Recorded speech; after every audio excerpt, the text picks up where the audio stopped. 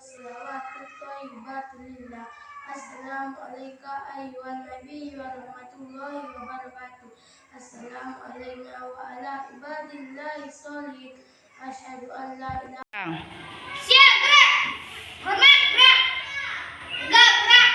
Berdoa mulai. Bismillahirrahmanirrahim.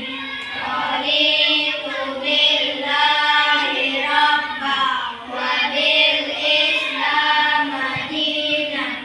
Nabi Muhammadin nabiyyan wa rasulah. Rabbil zidni ilman warzuqna fahman. Rabbana atina fid dunya hasanah wa fil akhirati hasanah wa qina adzabannar. Ucapkan salam. Assalamualaikum warahmatullahi wabarakatuh.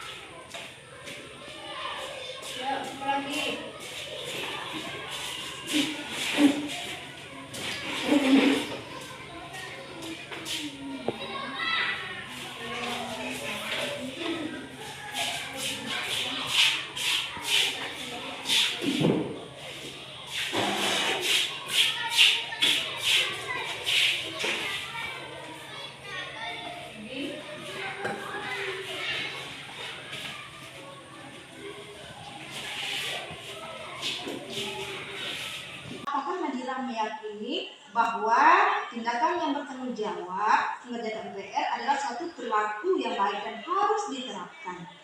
Yakin Bu, baik saya harus disiplin dalam setiap kegiatan, disiplin dalam membagi waktu. Ya, bagus sekali. Nah, apakah Nadira bersedia memperbaiki masalah ini? Bersedia Bu. Nah, kalau bersedia memperbaiki masalah ini, untuk yang akan datang, Nadira maunya menjadi orang seperti apa? Saya bertanggung jawab, rajin belajar, dan disiplin. Ya, bagus sekali. Kira-kira bagaimana perasaan Nadira kalau Nadira telah menjadi orang yang seperti itu? Pasti saya sangat bangga dan pasti senang sekali Bu. Ya, baik. Mari kita memperbaiki untuk yang akan datang. Kita menjadi pribadi yang lebih baik lagi, pribadi yang bertanggung jawab mengerjakan PR dan tidak akan mengulangi lagi. Ya Bu, saya bertanggung jawab, saya akan rajin belajar dan mengerjakan PR dan tugas sehingga menjadi orang baik, disiplin, dan tidak akan mengulangi lagi Bu. Terima kasih Bu. Ya, Ibu percaya kepada Nadira. Silahkan duduk kembali. Semoga dari kedepannya menjadi orang yang lebih rajin lagi ya. Iya Bu. Oke.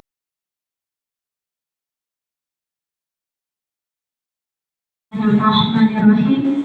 Rabbi shrah li sadri wa yassir li amri wahlul 'uqdatam min lisani yafqahu qawli.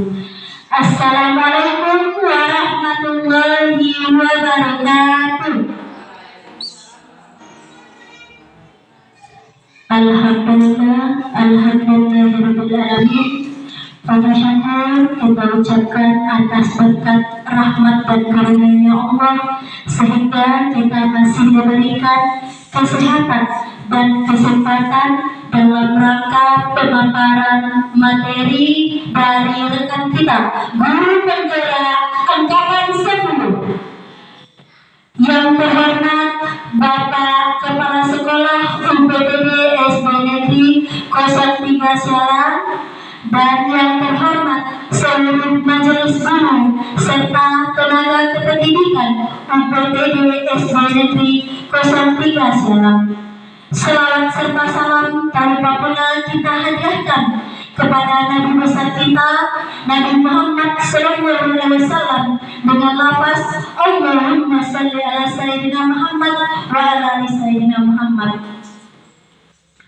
Baiklah Bapak Ibu semuanya, sebelum kita memulai acara, marilah kita membacakan basmalah.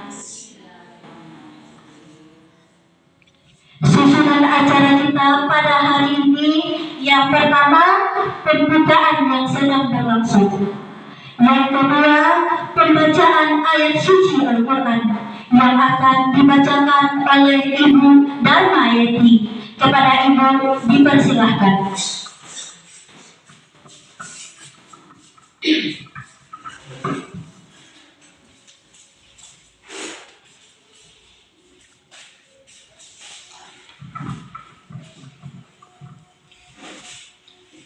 Assalamualaikum warahmatullahi wabarakatuh.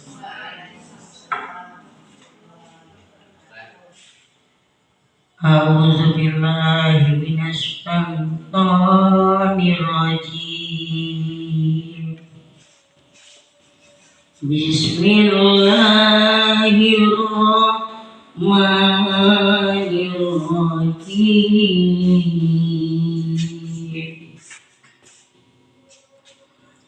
Alif Lam Mim. Zalikal kitabu la raiba fihi hudal lil muttaqin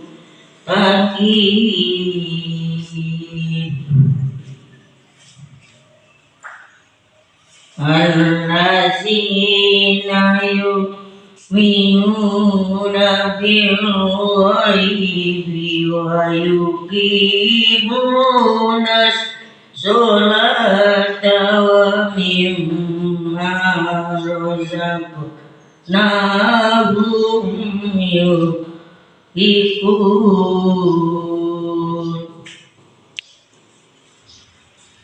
wallazina yu'minuna bima unzila ilaika wa ma unzila min qablik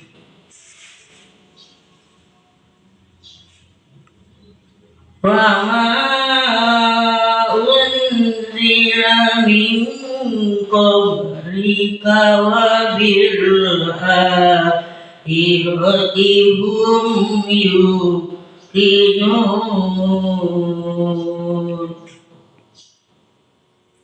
ulaika ala hudam min rabbihim wa ulaika humul muflihun. Sadaqallahul azim. Assalamualaikum warahmatullahi wabarakatuh.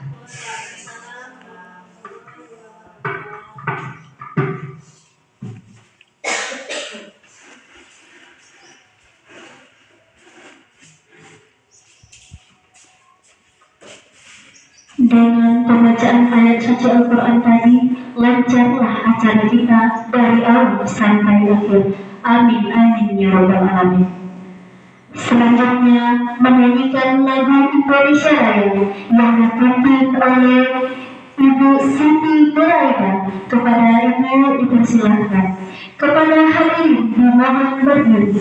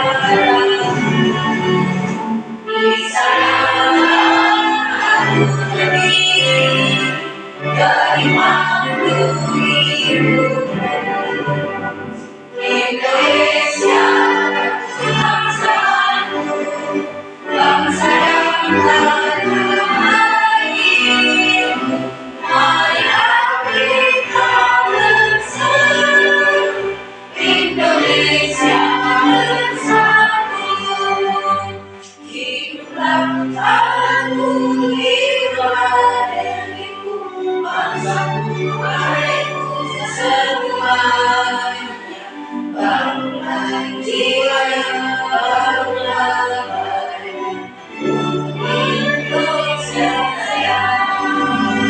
Indonesia Raya, merdeka, merdeka, tanahku yang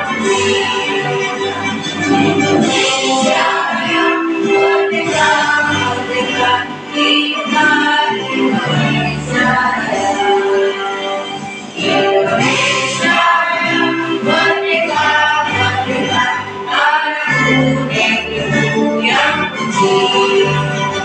Indonesia Raya, merdeka, merdeka, hiduplah Indonesia Raya.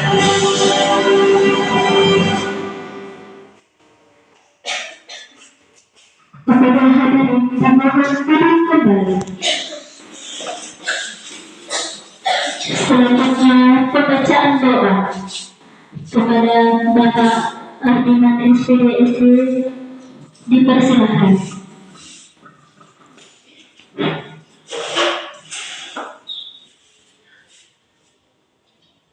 Assalamualaikum warahmatullahi wabarakatuh. Bismillahirrahmanirrahim. Alhamdulillahirabbil alamin, wassalatu wassalamu ala asyrofil anbiya'i wal mursalin wa ala alihi wa sahbihi rasulillahi ajmain. Allahumma ighfir lana dzunubana wa liwalidayya warhamhuma kama rabbayana shaghira wa li jami'il mu'minina wal mu'minat wal muslimina wal muslimat al-ahya'i minhum al-amwat bi rahmatika ya arhamar rahimin. Allahumma ja'alni minat tawabin wa ja'alni minal mutatahhirin wa ja'alni min ibadika sholihin. Allahumma fir lahum warhamhum wa afihi wa'fu anhum wa akrim nuzulahum wa wasi' madkhalahum wa alal jannata maswahum. Allahumma la tahrimna ajrahum wa la taftina ba'dahum wa ighfir lana wa lahum wa li ikhwanina allazina sabaquna bil iman. Ya Allah, kami mohon kepadamu ya Allah, berilah kami kelapangan dari kehidupan kami ini ya Allah, dan mudahkanlah pemikiran kami dalam menuntut ilmu yang kami peroleh setiap harinya dan dapat dipergunakan ya Allah sebagaimana mestinya terhadap diri kami sendiri dan juga terhadap anak-anak didik kami ya Allah ya Arhamar Rahimin. Ya Allah, kita bersyukur kepada pemerintah yang telah memberikan kepada guru SD Negeri 03 ini dalam rangka sebagai guru penggerak angkatan 10 dinyatakan lulus yang bernama Retniwati. Semoga apa yang diterimanya dapat dilaksanakan sebaik-baiknya ya Allah ya Arhamar Rahimin. Ya Allah, semua ilmu yang diterimanya dan ilmu yang diberikannya kepada kami semoga dapat dilaksanakan dengan sebaik-baiknya yang berguna bagi kami dan anak didik kami ya Allah ya Arhamar Rahimin. Allahumma la du'anna sina afqana Rabbana wa la tahmil alaina isran kama hamaltahu 'alal ladzina min qablina Rabbana wa la tuhammilna ma la taqata lana bihi wa'fu 'anna waghfir lana warhamna anta maulana fansurna 'alal qaumil kafirin. Rabbana atina fid dunya hasanah wa fil akhirati hasanah wa qina adzabannar. Subhana rabbika rabbil izzati amma yasifun wa 'alal mursalin walhamdulillahi rabbil alamin. Assalamualaikum warahmatullahi wabarakatuh. Selanjutnya, kata sambutan dari Bapak Kepala Sekolah UPTD SD Negeri 03 Serang kepada Bapak kami persilakan.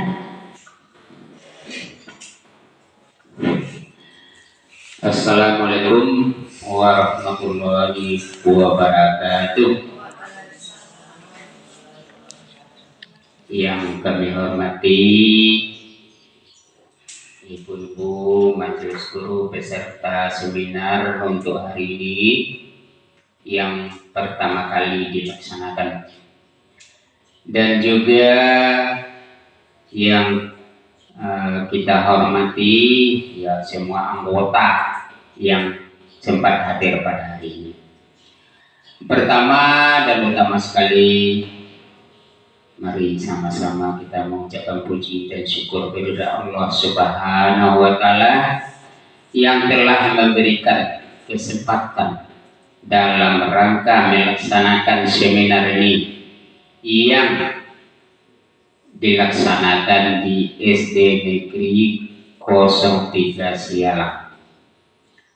Kemudian selawat beserta salam kita mohon disampaikan oleh Allah Subhanahu wa Ta'ala kepada Nabi junjungan Nabi besar Muhammad sallallahu alaihi wasallam dengan mengucapkan Allahumma sholli ala sayyidina Muhammad wa ala ali sayyidina Muhammad.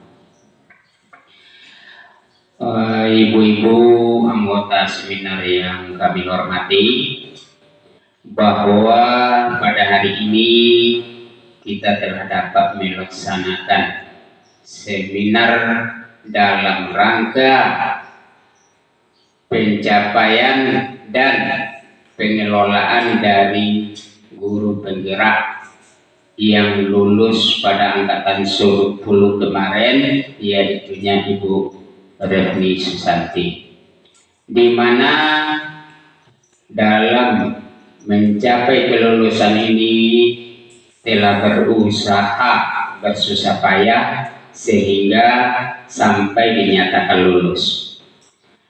Dan sampai saat ini tentu masih dalam rangka pelaksanaan pembinaan dari atasan, dari pengelola, dan juga apa yang telah diterimanya itu akan diberikan atau akan disampaikan kepada guru-guru kita, terutama di SD kita ini, dan juga pada anggota yang lainnya. Semoga apa yang dilaksanakan dan apa yang telah diterimanya dan juga telah disampaikan, semoga apa yang telah diterima dan disampaikan kepada kita semua nanti ini menjadi bekal untuk kita semua dan bekal untuk memajukan pendidikan yang kita cintai ini, terutama di SD kita ini. Dan juga dalam pelaksanaan seminar ini tentu akan menerangkan dan memberikan bahan-bahan yang telah diterimanya dan akan diterapkan nanti kepada diri kita sendiri dan juga kepada anak didik kita di sekolah ini. Dan untuk kegiatan selanjutnya tentu mungkin ada lagi pertemuan-pertemuan yang akan dilaksanakan nanti, sehingga apa yang kita terima ini diberkahi oleh Allah Subhanahu wa Ta'ala dan menjadi bekal bagi kita untuk baik di dunia maupun di akhiratnya nanti. Dan juga demikianlah yang dapat kami sampaikan. Semoga apa yang kita laksanakan secara bersama-sama ini dapat kita terapkan secara bersama-sama. Hanya demikian, terima kasih. Wabillahi taufiq wal hidayah. Assalamualaikum warahmatullahi wabarakatuh.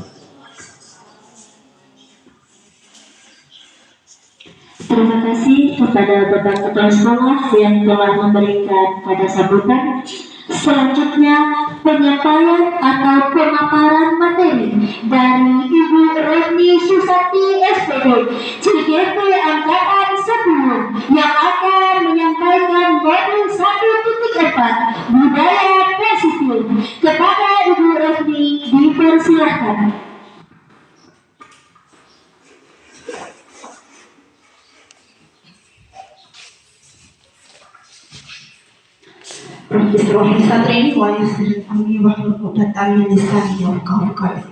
Bismillahirrahmanirrahim.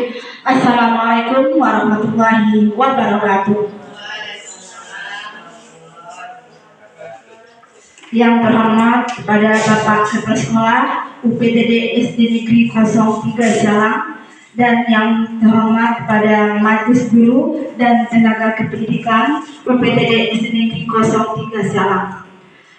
Membacakan Bismillahirrahmanirrahim. Alhamdulillah, pada hari ini saya mengucapkan terima kasih kepada Bapak dan Majelis Guru yang telah berkesempatan hadir untuk melaksanakan kegiatan ini. Sebelumnya puji syukur mari kita ucapkan di hadirat Allah Subhanahu wa taala, yang mana pada siang hari ini kita bisa berkumpul dalam rangka melaksanakan yaitu kegiatan pemaparan materi modul 1.4 tentang budaya positif. Selawat beriring salam tidak bosan-bosannya kita hadiahkan buat duyung kita, yakninya Nabi besar kita Muhammad Sallallahu Alaihi Wasallam dengan lafaz Allahumma sholli ala Sayyidina Muhammad wa ala ali Sayyidina Muhammad. Baiklah Bapak dan Ibu semuanya, ini adalah penyampaian modul 1.4 tentang budaya positif. Di mana menurut filosofi Ki Hajar Dewantara, sesuai dengan filosofinya, yaitu seorang guru, kita harus menjalankan peran kita yang menuntun murid dengan sistem among, berhamba pada anak, dan guru adalah ibarat petani. Nah, maksudnya Bapak Ibu semuanya, kita ini diibaratkan sebagai petani. Kita merawat tumbuhan anak kita itu diibaratkan sebagai bibit jagung, bibit padi. Kita hanya merawat, memberi pupuk agar tumbuh mereka sesuai dengan kodratnya. Di mana kodrat itu ada kodrat zaman dan kodrat alam. Kemudian Ki Hajar juga menegaskan bahwa dalam pendidikan harus sesuai dengan kodrat alam dan kodrat zaman, dan budaya positif di sekolah harus bersumber pada pemahaman filosofi pendidikan menurut Ki Hajar Dewantara. Nah, kemudian budaya positif ini mungkin Bapak dan Ibu guru semuanya kita telah melaksanakan budaya positif di sekolah kita ini. Nah, di mana budaya positif ini adalah nilai-nilai yang diyakini sebagai kebiasaan baik oleh seluruh warga sekolah, termasuk guru, anak didik kita, yaitu yang membutuhkan konsistensi, artinya secara konsisten dalam mewujudkan dan dibuat dengan tujuannya untuk membentuk karakter positif yang sesuai dengan profil pelajar Pancasila. Nah, budaya positif yang bersumber dari pemahaman tentang filosofi pendidikan Ki Hajar Dewantara melalui tahapan kerja yang disusun secara sistematis akan mewujudkan kebiasaan baik yang dapat menjadi budaya positif di sekolah. Nah, untuk Bapak Ibu ketahui, bagja ini merupakan suatu pendekatan yang melalui inquiry apresiatif, di mana tahapan-tahapannya B-nya itu adalah berencana, yang A-nya atur bagja. Kemudian yang B-nya gali mimpi, dan J-nya ada jabatan rencana, yang A-nya atur eksekusi. Kemudian membangun budaya positif di sekolah dimulai dari lingkungan kelas kita, yaitu membuat keyakinan kelas yang melibatkan murid berdiskusi dan menyepakati bersama. Guru dan murid menjalankannya dengan konsisten dan saling mengingatkan. Guru harus menghindari hubungan bagi murid yang melanggar. Nah, kemudian kita mengajak anak kita itu berdiskusi tentang keyakinan kelas yang telah dibuat melalui nantinya ada namanya segitiga resolusi.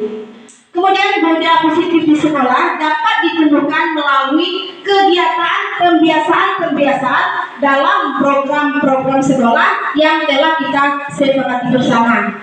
Kemudian dalam budaya positif ini akan menimbulkan rasa aman dan nyaman pada murid dalam pembelajaran. Jadi kita harus menanamkan kebiasaan-kebiasaan yang positif sehingga anak didik kita tersebut merasa aman dan nyaman. Kemudian yang ketiga yaitu ada 3 motivasi perilaku manusia.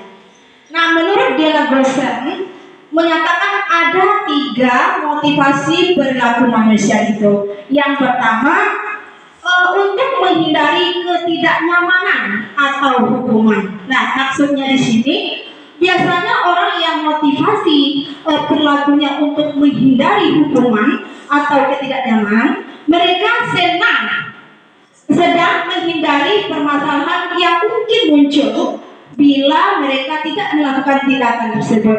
Nah, motivasi ini bersifat eksternal yang berada di luar dirinya.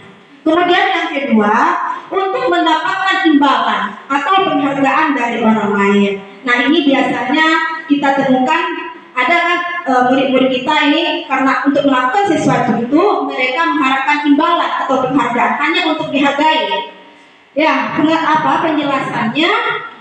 Ini di sini orang berperilaku untuk mendapatkan imbalan atau penghargaan dari orang lain. Mereka melakukan sebuah tindakan untuk mendapatkan pujian, hanya untuk dipuji, tidak dalam dirinya. Ini juga termasuk motivasi yang berasal dari eksternal atau di luar dirinya. Kemudian yang ketiga, untuk menjadi orang yang mereka inginkan dan menghargai diri sendiri dengan nilai-nilai yang mereka percaya. Jadi mereka berbuat sesuatu itu benar-benar dalam dirinya. Motivasi itu timbul dalam dirinya, namanya motivasi intrinsik, ya. Intrinsik. Mereka adapun tujuan dari disiplin positif. Nah, Bapak Ibu semuanya, tujuan dari disiplin positif ini adalah untuk menanamkan motivasi yang ketiga tadi, yang berada dalam dirinya tadi. Kemudian agar mereka ingin dan menghargai diri sendiri dengan nilai-nilai yang mereka percaya. Kemudian ketika murid-murid kita memotivasi tersebut, mereka telah memiliki motivasi intrinsik yang berdampak jangka panjang. Kemudian motivasi yang tidak akan terpengaruh pada adanya hukuman atau hadiah. Jadi motivasi yang ketiga ini betul-betul berada dalam diri sendiri tanpa adanya pengaruh-pengaruh luar dari siapapun. Ini betul-betul dalam dirinya sendiri. Kemudian di sini kita akan belajar tentang hukuman, ada namanya konsekuensi dan juga ada restitusi. Nah, perbedaannya mungkin kita sebagai guru mungkin kita sudah melaksanakan, ya. Ada yang namanya hukuman, ada yang namanya konsekuensi, ada namanya restitusi. Nah, di mana hukuman ini adalah yang bersifat tidak terencana atau secara tiba-tiba saja. Ini biasanya hanya satu pihak yang membuatnya, hanya guru saja. Kemudian sifatnya satu arahnya kepada murid kita. Nah, dari pihak guru yang memberikan dan murid hanya menerima saja suatu hukuman tanpa adanya kesepakatan. Jadi di sini guru yang berdominan, guru yang memberikan. Terus yang kedua adanya konsekuensi. Nah, di mana konsekuensi ini adalah sudah terencana, ya, sudah disepakati antara guru dengan murid. Ada konsekuensinya. Contohnya, kalau anak kita terlambat, dahulunya sudah kita peringatkan, tidak ada konsekuensinya. Jadi mereka itu melakukan sejenis konsep dengan nyaman, karena tidak adanya tekanan kan, karena yang dibuat antara guru dan siswa. Kemudian yang ketiga ada namanya restitusi. Nah, restitusi ini adalah proses menciptakan kondisi bagi murid untuk memperbaiki kesalahan mereka, sehingga mereka bisa kembali kepada kelompok mereka dengan karakter yang lebih kuat.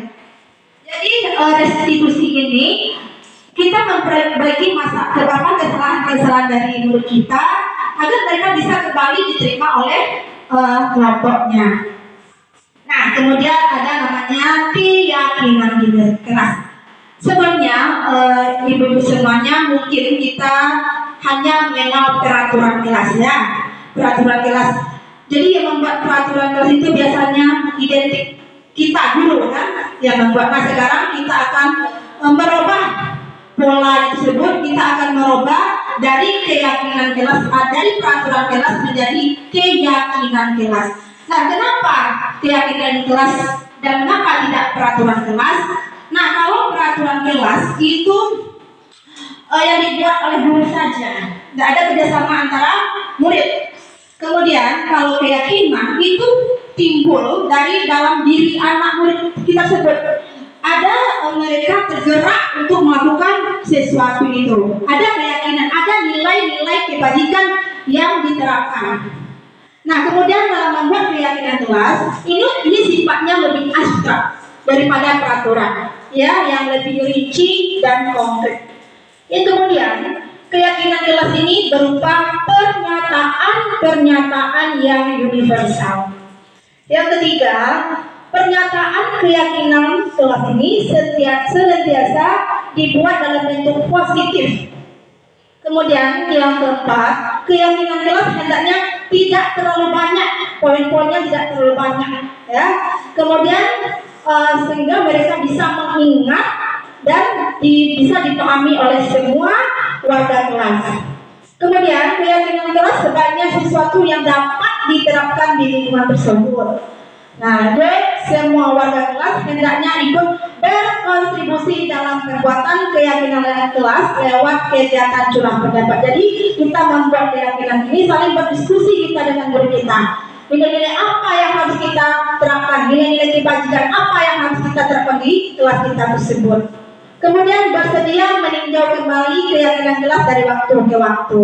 Nah, inilah langkah-langkah dalam pembuatan keyakinan kelas. Lanjut, nah ini contoh dari peraturan kelas, ini contoh keyakinan. Kalau kita ini tentang peraturan ini, tentunya selalu kembalikan buku pada tempatnya. Nah, tuh kita ubah menjadi keyakinan kelas, itu nilainya, nilai kebajikan di situ adalah tanggung jawab. Yang kedua, dilarang mengganggu orang lain. Nah, itu ada nilai, kalau keyakinan kelasnya menghormati orang lain. Kita ubah. Di situ ada nilai-nilai kebajikan yang kita yakini. Lanjut, hadir di sekolah 15 menit sebelum pembelajaran dimulai. Itu contoh peraturan. Kalau keyakinannya menghormati orang lain dan berkomitmen. Lanjut, dilarang melakukan kekerasan. Nah, apa nilai kebajikannya? Keyakinan kelasnya yang kita buat itu keselamatan, menghormati orang lain. Kemudian contohnya dilarang menggunakan narkoba. Apa nilai keyakinannya? Itu nilai kesehatan. Lanjut, bergantian atau menunggu giliran. Nah, jadi keyakinan kelasnya menghormati orang lain dan bersabar. Jadi itu perbedaannya antara peraturan dengan keyakinan. Jadi yang biasanya kita membuat peraturan kelas, nah setelah kita nanti belajar tentang budaya positif ini, kita ubah lagi menjadi keyakinan kelas. Kuncinya kalau di keyakinan kelas itu ada nilai-nilai kebajikan yang kita terapkan. Nah, kemudian ada kebutuhan dasar dari manusia. Apa saja yang jadi kebutuhan dasar bagi kita, ya?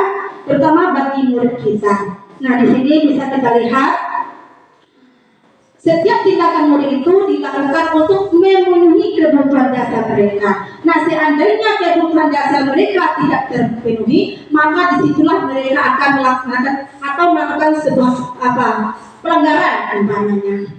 Yang pertama itu kebutuhan untuk bertahan hidup. Apa contohnya kebutuhan yang untuk bertahan hidup itu? Makan.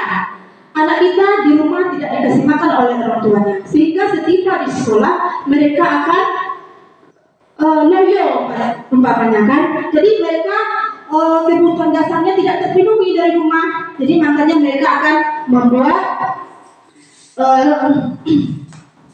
membuat tindakan-tindakan yang akan merugikan orang lain.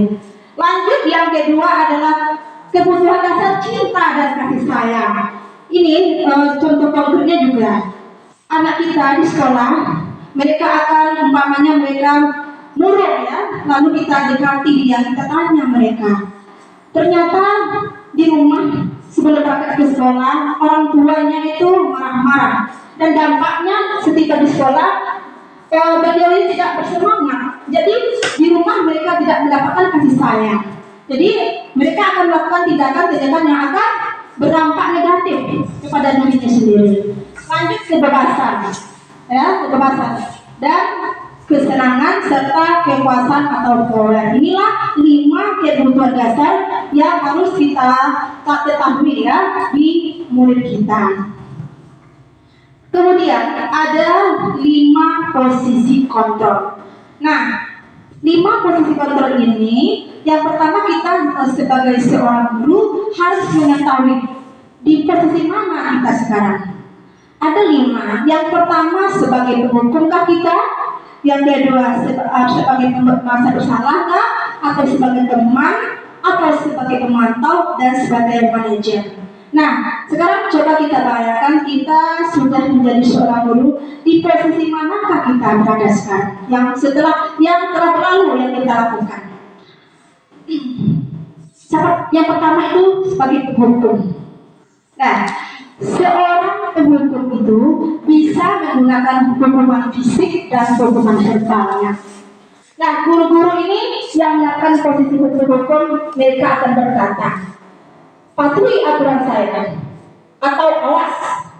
Yang kedua, kamu selalu saja salah. Yang ketiga, pasti selalu yang terakhir selesai. Mungkin ini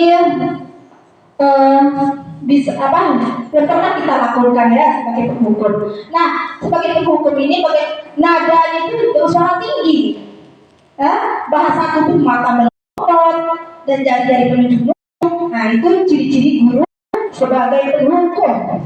Nah, kemudian hasilnya, ini murid akan marah dan menonggok ya, dendam atau bersifat agresif. Ini bisa berdampak pada jangka panjang.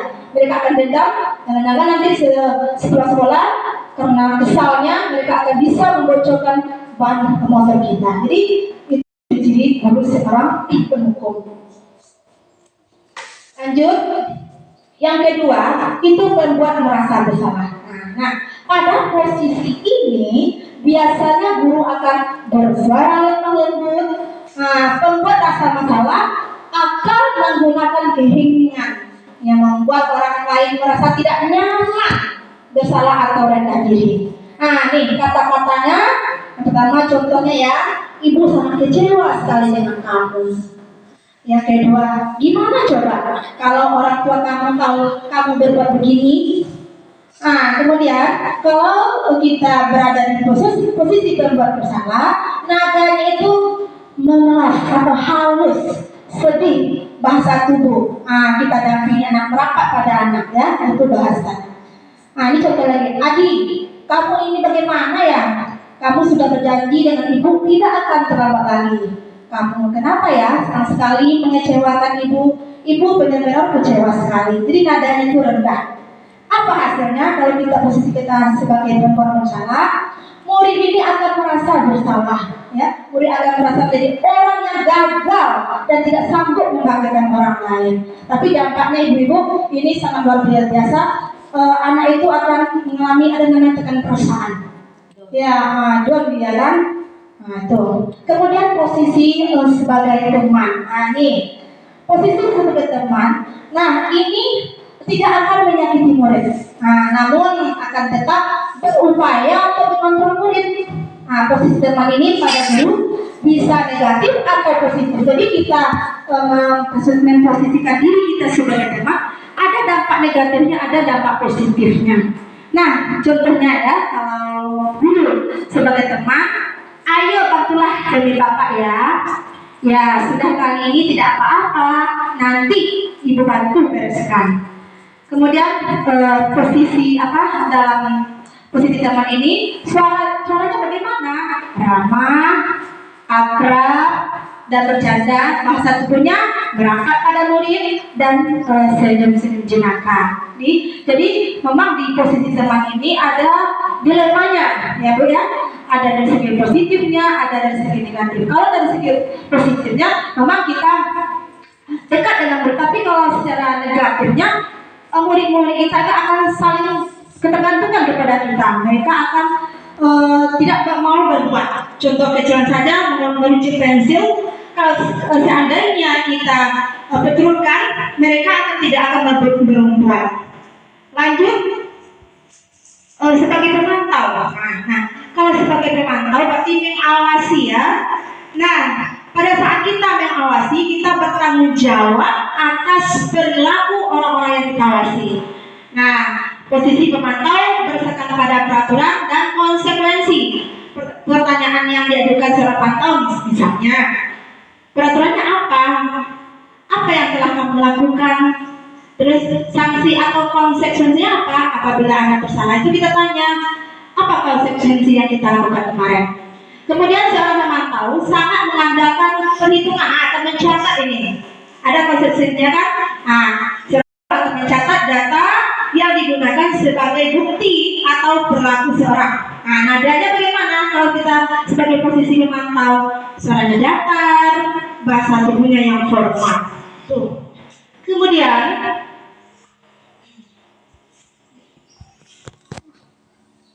nah ini contohnya ya, ini contoh sebagai pemantau antara percakapan guru dengan Adi. Guru ya, Adi, tahukah kamu jam berapa kita mulai? Jawab Adi, tahu Pak. Kemudian guru, kamu terlambat 15 menit. Apakah kamu sudah mengerti konsekuensi yang harus dilakukan bila terlambat? Jawab oleh Adi, paham Pak.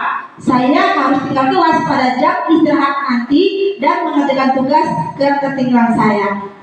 Kemudian dijawab oleh guru, ya benar. Nanti pada saat jam istirahat kamu harus tinggal di kelas untuk menyelesaikan tugas yang tertinggal tadi. Jadi ada konsekuensi yang harus dilakukan. Apabila dia bersalah atau melakukan suatu kesalahan, ada konsekuensinya yang harus dilakukannya. Apa hasilnya? Itu murid memahami konsekuensi yang harus dijalankan karena telah melanggar salah satu peraturan sekolah. Itu. Kemudian ini posisi yang terakhir yaitu sebagai manajer. Apa pula maksudnya sebagai manajer? Nah, di mana posisi ini di mana guru berbuat sesuatu bersama dengan murid. Jadi ada kolaborasi antara guru dengan murid untuk mempersiapkan murid mempertanggungjawabkan perilakunya, mendukung murid agar dapat menemukan solusi atas permasalahannya di sendiri. Nah, di sini guru sebagai manajer ini jadi berkolaborasi antara murid dengan guru. Apabila mereka melakukan sebuah kesalahan, mereka harus mempertanggungjawabkan permasalahannya dan menemukan solusinya sendiri. Jadi guru membantu, ya. Lanjut, di posisi manajer, murid diajar untuk menganalisis apa kebutuhan dirinya atau kebutuhan orang lain. Nah, ini contoh posisi guru sebagai manajer. Nih, apa yang kita yakini? Nah, ini kembali kita ke keyakinan kelas yang telah kita buat bersama. Lanjut, apa? Di posisi manajer ini, murid ini akan menjadi pribadi yang mandiri, bertanggung jawab atas perilaku yang dilakukannya. Apa hasilnya? Nah, kemudian hasilnya itu murid itu bisa mempertanggungjawabkan atas tindakan tersebut. Lanjut. Ini ada namanya segitiga restitusi. Nah, di segitiga restitusi ini ada 3 kegiatan. Yang pertama menstabilkan identitas. Nah, di mana menstabilkan identitas ini adalah menggeser identitas murid dari identitas gagal ke identitas sukses. Kemudian yang kedua, validasi tindakan yang salah. Nah, yang ketiga, menanyakan keyakinannya. Kemudian, ini keterangannya, kalau menstabilkan identitas, ini tujuannya untuk mengubah identitas anak dari seorang gagal karena melakukan kesalahan menjadi orang yang sukses. Contohnya, berbuat salah itu tidak apa-apa. Kemudian tidak ada manusia yang sempurna. Kita tanya anak kita seperti itu. Lanjut. Kedua, validasi tindakan yang salah. Nah, menurut cara kontrol, semua tindakan manusia itu baik atau buruknya mempunyai tujuan, ada tujuannya. Contohnya dalam memvalidasi tindakan ini, nah ini contohnya, padahal kamu bisa melakukan yang lebih buruk dari ini ya, kamu pasti punya alasan mengapa melakukan hal itu. Nah, kemudian pada restitusi ini tidak menyarankan guru bicara ke murid bahwa melanggar aturan ada sikap yang baik, tapi dalam restitusi guru harus memahami alasan kenapa anak itu melakukan seperti itu. Mungkin punya alasan tersendiri. Kemudian menanyakan keyakinan. Nah, menanyakan keyakinan ini kita akan menghubungkan dengan nilai-nilai yang kita percaya dan berpindah menjadi orang yang diinginkan. Mau seperti apa dia? Nah, ini pertanyaannya, apa yang kita percaya sebagai kelas atau keluarga? Apa nilai-nilai umum yang kita sepakati? Kamu menjadi orang seperti apa? Ada keyakinan-keyakinan di situ. Lanjut, untuk mencapai budaya positif dan mengembangkan budaya positif di sekolah, kita perlu mulai dari kelas kita sendiri. Nah, kemudian kita bersama murid, apa yang perlu kita lakukan? Yang pertama, melaksanakan posisi kontrol yang tepat, yaitu di posisi manajer. Yang kedua, mengganti peraturan kelas dengan keyakinan kelas. Yang ketiga, kita menerapkan restitusi. Nah, dari disiplin posisi ini, apa tujuan akhir kita? Ya, yang untuk mewujudkan profil pelajar Pancasila, ya, untuk murid-murid kita di sekolah. Apa profil pelajar Pancasilanya? Yang pertama, beriman dan bertakwa pada Tuhan Yang Maha Esa. Yang kedua, berkebinekaan global. Yang ketiga, bergotong royong. 4, kreatif. 5, bernalar kritis. Dan terakhir, mandiri. Jadi inilah tujuan dari kita menerapkan disiplin positif di sekolah kita. Nah, coba itu yang dapat saya sampaikan. Mudah-mudahan apa yang kita laksanakan pada hari ini bisa kita terapkan mulai dari diri kita, kelas kita, dan sekolah kita. Mohon maaf atas segala kekurangan. Wabillahi taufiq wal hidayah. Assalamualaikum warahmatullahi wabarakatuh. Nah, dulu itulah pemaparan materi dari rekan kita. Kepada ibu yang bertanya, dipersilahkan. Ya, kepada Ibu Risma, dipersilahkan.